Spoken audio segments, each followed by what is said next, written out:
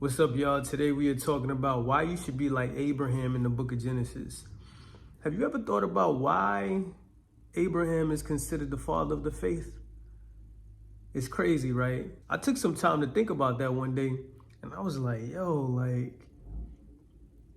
Abraham is the father of the faith, right? And I always think back.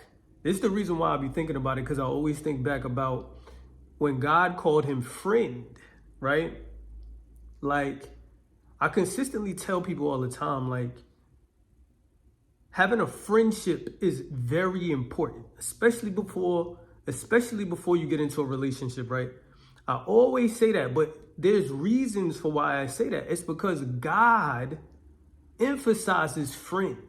That word friend means a lot to God, right? When you look at how Jesus called the disciples friend after they walked with him and after they realized who he was without him having to tell them, right? And then when you look at Abraham, you see why he called them friend, right? And it was after he was willing to give up Isaac, right? And that shows his faith. And sometimes we forget about the beginning part.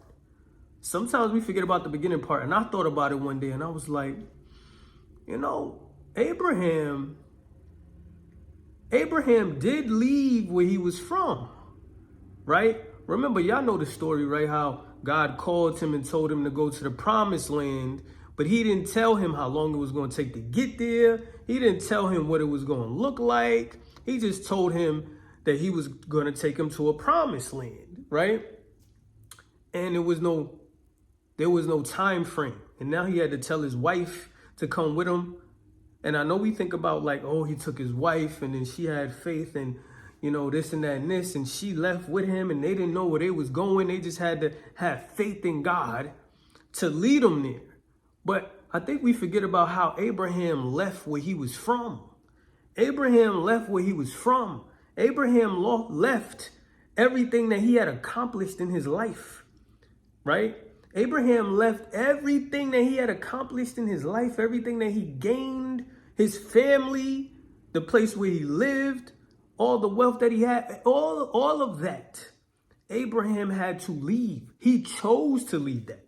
And his wife chose to follow him and leave that same thing. Now, some of y'all might say, well, he didn't leave his family. He took Lot. Yeah, he did take Lot, but he did leave everything else. So you see the faith that Abraham has, y'all. Like Abraham was willing to leave everything behind that he had received, that he had gotten, all of life that he had went through.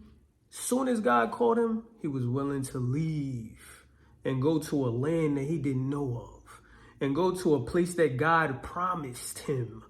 That's why it's called the promised land. Remember? So he chose to do something in a dark area, meaning he couldn't see this thing. He left everything behind, right? Everything he had been given, everything that he acquired, everything that he thought that he had accomplished and received, everything that he thought he deserved, everything that he loved. He left that to listen to God, right? And this is why I say we should be like Abraham in the book of Genesis, because we got to look at Abraham's life. Why is he called the father of faith? The whole story with him is all faith. Not to mention, Abraham ended up willing to sacrifice his son Isaac. That's extreme faith. He was willing to sacrifice his son Isaac, the promised child, right? The one that God promised him, the one that took him so long to receive, this thing that it took so long to get that God promised me. Now you want me to give it away and you saying that you're just going to take it from me and I got to be willing to give it to you? This thing that I worked so hard for, this thing that you told me that I would have, God, and now I got to give it away, right? That's faith, the thing that he loved so much, and it was his child. Not to mention that God sent his only begotten son. So when you look at that picture, his faith matches what God does. His faith matches God's love. So it shows that Abraham put God first in his life, over his wife, over his family, right? Over all of that. And obviously that picture with Lot is there for a reason, because it shows that he just want to take a little bit with him. Something that he loved, he just got to take it with him. But you see what it did to him, right? You see how it kept him back, and it kept trying to pull him, because Lot was pulled towards the world, right? This is why they went to Sodom and Gomorrah, right? But when you look at the story with Abraham, Abraham was willing to give up everything to follow God until he reached the promise, which is the promised land. So with us, we got to be willing to give up these things. This is why I said you got to be like Abraham. We got to be like Abraham. So what is it that we're not giving up for God? All these things that God tell us to give away. Leave that. Leave how your family is. You don't got to do what your family did. Leave them where they are and follow me. Do what I say. And I promise you that you will receive more than what you had. And I promise you, you will receive more than what your family gave you, more than what you see the world has, more than what it seems like you have. Everything that you love, everything that you think is powerful and good, what I got for you is way more. And then do you know what he told Abraham? Because of his faithfulness, that he would give him an infinite amount of descendants, right? Of descendants because of his faith. Not to mention, God called him friend. For us to get back on that friend thing, God called him friend only after he was willing to give up his son. But why? Why would he call him friend after that? Because he could clearly see that Abraham gave up his life. He was even willing to give up the very thing that he loved the most to God. God knew this man is faithful. This man is willing to sacrifice everything for me. He could have lost his wife in order to follow God, and then his wife not able to know or see or hear what Abraham had been told by God. He could have lost his wife. He was willing to lose his wife. He was willing to lose his family. And he was willing to lose his son, all for God. This is why he is considered the father of the faith, the father of the Christian faith. And everyone else has to follow behind that. He's a pinnacle to the Christian faith, y'all. So we should learn from Abraham, and we should look more at his story and how he was and why God considered him to be the father of the faith, to be the pinnacle of the faith as a human, right? Because we know that Jesus is, but as a human, we see that. As a human who sinned, we see Abraham, we see him sinning, right? We see him sinning when he chose to go to the servant girl and have a child because he wanted the thing before he got to the promise, him and his wife. Not to mention that it was his wife that, y'all know, it was his wife that told him to do it. And he did it, which is literally the same picture of which is literally the same picture with Adam and Eve. But just because he sinned doesn't mean that God was going to toss him away, right? He just fell into the sin. And he was trying to hold on to something that was pulling him to the sin, which was his nephew, right? So it just shows how we will be. But it also shows how we got to consistently keep going, how we got to consistently keep believing God, even though it seems like we won't never get to what he said he promised, right?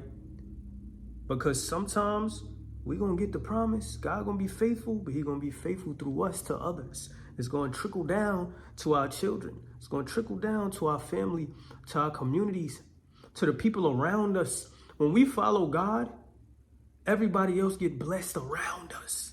This is why you see Jesus turning the disciples' fish into a great amount of food for thousands of people, right? Because they followed Jesus Jesus did a miracle for the people through the disciples. And y'all might say, how was that through the disciples? Because Jesus asked them what they had. He didn't ask the crowd what they had. And Jesus told them to give them what they had, the disciples. And then Jesus, after he gave the food to God, prayed to the Father, and gave it back, he gave it back to the disciples. Then he told the disciples to distribute it to the people. So because of the disciples being with him, right, God blessed everybody else. It's so many ways. God does the same thing in all these other stories. Jesus does the same thing in all these other stories, y'all. You understand? And yes, Jesus did have compassion on the people, but he used his disciples to bless the people. You understand? The same thing he want to do for us, but we got to follow him. The same thing God did for Abraham, he wants to do for us, but we have to follow him. All right. So this is the main reason for the video. This is what I wanted to speak on today. We should definitely try to be like Abraham.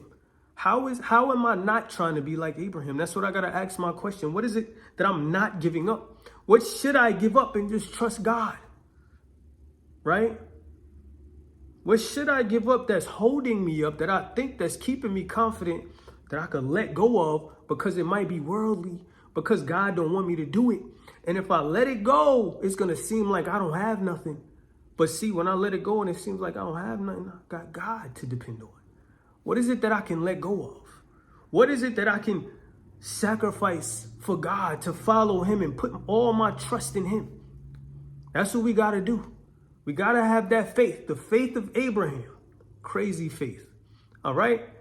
That's all today. Again, I'm trying to keep these videos short. I ain't trying to make them so long like I used to. And oh yeah, y'all, I got my shirts out just so that y'all know. I haven't really started posting them on social media like that, but I do got them on YouTube. So if you want to support and if you like the shirts, definitely check them out. They should be down under the description somewhere where it says shop. Hit the shop button, or you may see the little pictures or whatever, and check the shirts out. I already got the hoodies. I haven't put the hoodies up. The hoodies are nice. I got them in cursive like this too, but it's in small on the side, and I got them in big like this too.